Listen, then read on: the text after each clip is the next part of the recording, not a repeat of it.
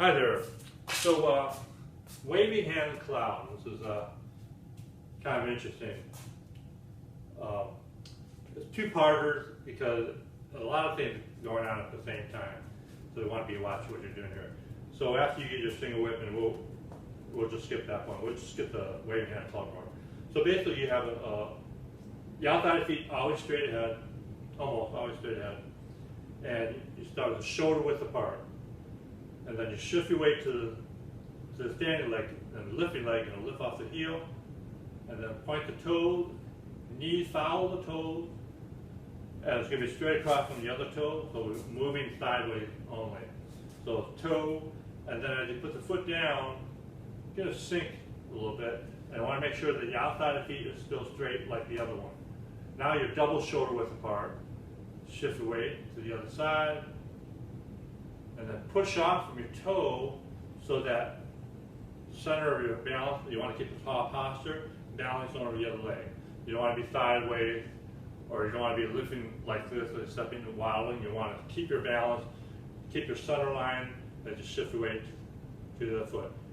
Pick up the foot, and when you plant the foot, make sure the outside of the feet straight and it's shoulder width apart. So match your shoulder, outside of the feet, same way. Outside of the shoulders to the outside of the foot coming down. And then shift the weight to the other side and do the same thing again, lifting the knees, point the toes to the side, plant the foot, stretch out, pivot as you shift into it, outside of the feet straight, pushing off from the toes, and then bring the foot in, shoulder width apart, outside of the feet straight.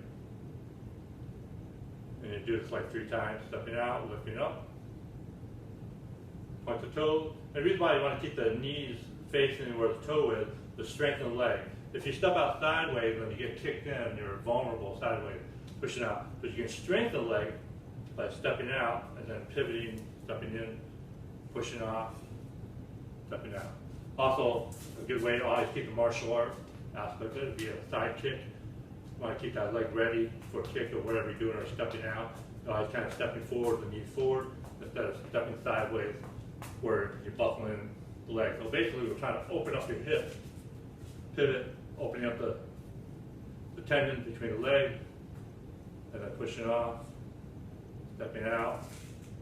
And also when you're trying to move a heavy object, you usually put the toes in there, and then you use your hips as you push your foot in to push the object, as you come in, you can wedge your foot in and pushing something out.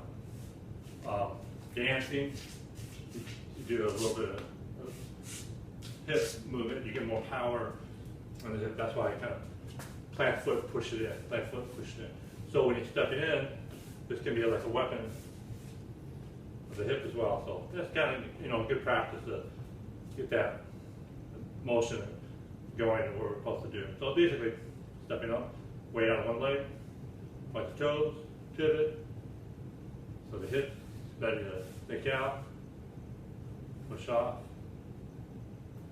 outside feet straight, push up, push out, push off. So I'm using my calf muscle to push my hip as well, coming in, stepping in, out. All right, that's one point, stepping out. And keep from going up and down, so you don't want to be tall, stepping out, tall, stepping out. You want to keep the knees bent all through the movement so that your hip is skating across without bobbing up and down. And then stepping in, both legs are bent, stepping out. So your hip stays even, coming in. Now when you do this movement, your hip is going to be facing straight ahead, but your upper body is going to be twisting side to side. That's when you're squeezing, open, squeeze, open, squeeze. Doing that increases the circulation of your torso.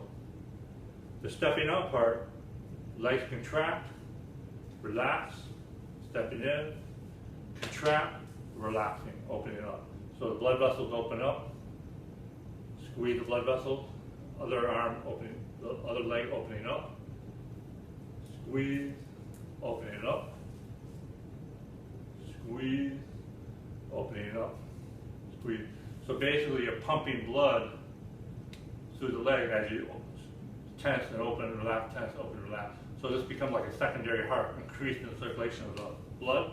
At the same time, your upper body squeeze open, upper body squeeze open, increasing more circulation of the lungs. So you're increasing the lung capacity, squeezing, opening, while the legs are pumping more blood at the same time. So it's a great way of increasing the circulation of the body. All right, upper body. While you're doing that, this is a waving hand cloud. That's a two-part. So we're going to not worry about the legs. We're going to deal with the leg later. But you want to keep the arms, elbows away from the body, hand in front of the body, turn sideways.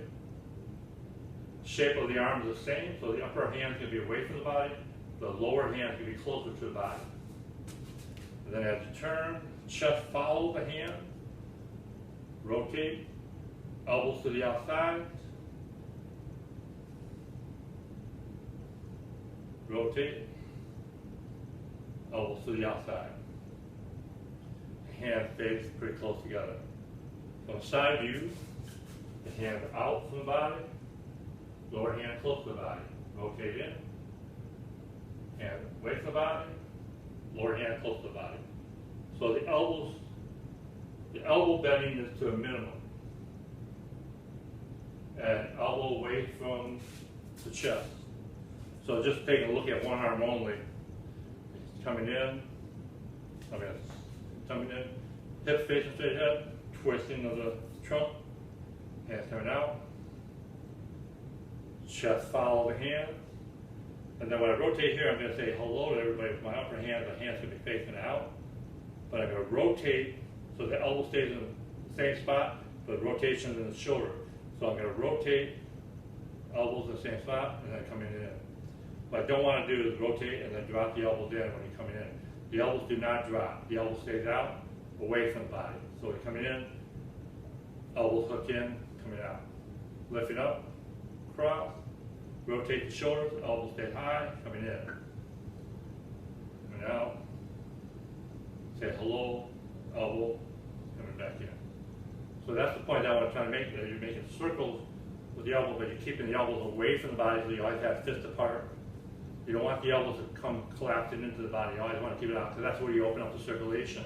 If you close it, coming in here, your hands will pinch into the body, you're getting less circulation going on here.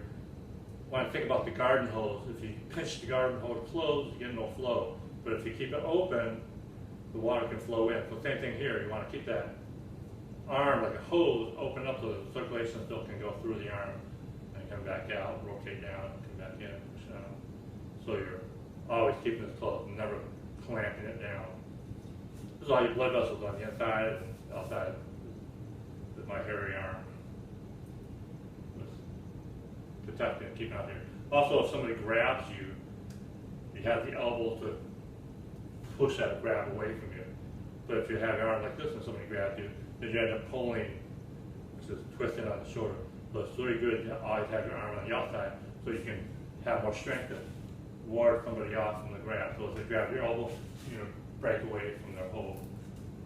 And it works better if your elbow's on the outside. So that's basically, that's the breakdown that we have.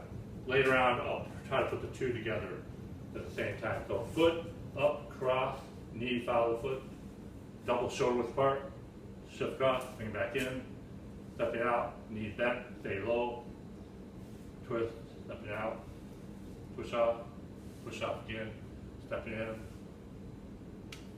shoulder, double shoulder, shoulder, and double shoulder.